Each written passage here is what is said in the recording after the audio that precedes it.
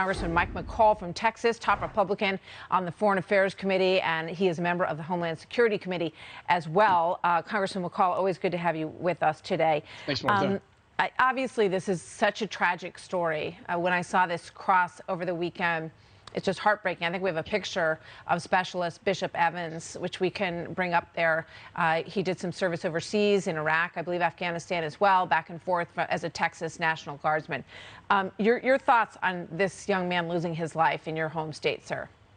Yeah, my heart goes out to the Evans family. 22 years old, having survived a tour of duty overseas, and then only to die, at our border.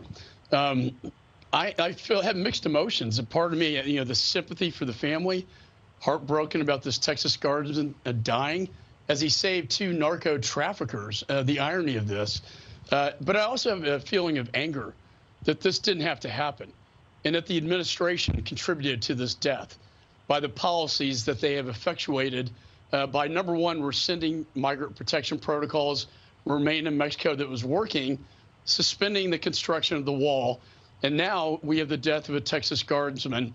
It's a dangerous river. We've seen drownings before, but it didn't have to happen. It's self-inflicted. And shame on this administration. And Secretary Mayorkas will be testifying before Homeland Security Committee on Wednesday, and he's going to have some tough questions.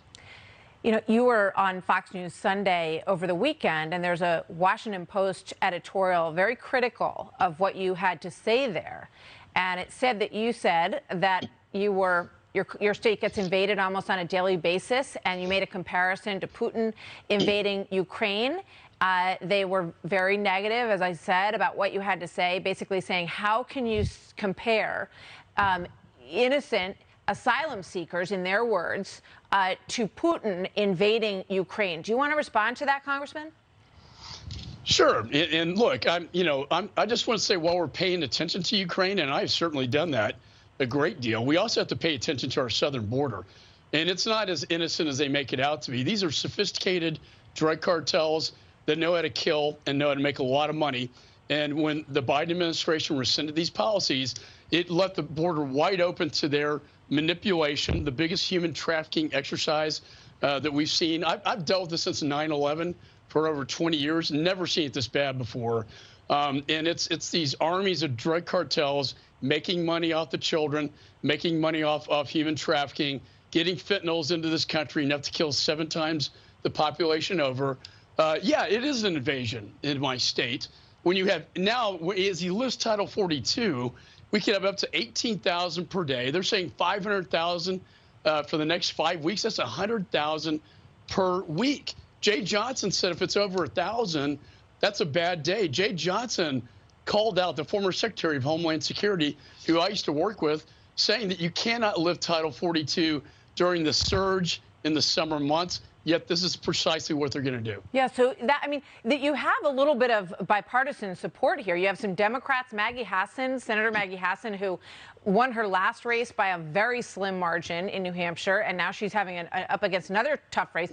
She's standing in front of the border cutting an ad saying that the gaps have to be closed. So isn't this a moment, and can you galvanize support on both sides of the aisle? I mean, most of us have been watching this battle, for as long as we can remember. So when is enough enough? And finish building the wall, finish doing something technologically or physical, and get that border secure.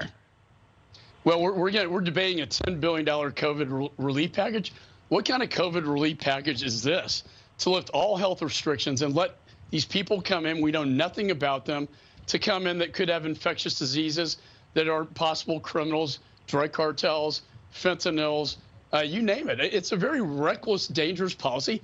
The obligation of Department of Homeland Security is to secure all ports, both land, air, and sea.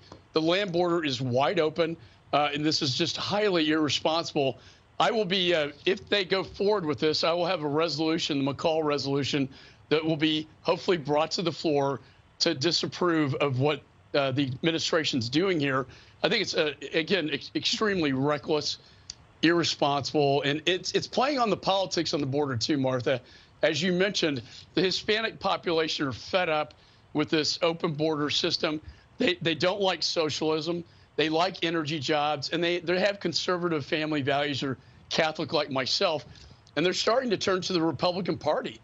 They don't see the answers in the Democratic Party right now. Well, I think a lot of people are waiting for actual solutions, and it seems like politics always gets in the way of this. Nobody wants to give the other side a win when there's another election coming down the pike. So we'll see. We'll see what happens. And we're going to watch for the reaction from the White House. I just want to play this because we talked about this a moment ago. Remember when the mounted border guards were accused of whipping people, which is not what happened. The photographer who took the images said it wasn't what happened. Remember, this is what was said at the White House back then. We just saw this footage. It's horrible to watch. I just have to get more information on it. I was outraged by it. It was horrible and deeply troubling. So that didn't happen. We never heard an apology, and now we're waiting for a response on this young man, Bishop Evans, Specialist Bishop Evans, who lost his own life trying to protect people who are trying to get here illegally. Thank you, Congressman McCaul. Good to see you as always. Thank you, sir. Thank you, Martha. I appreciate it. So Victor Davis Hanson.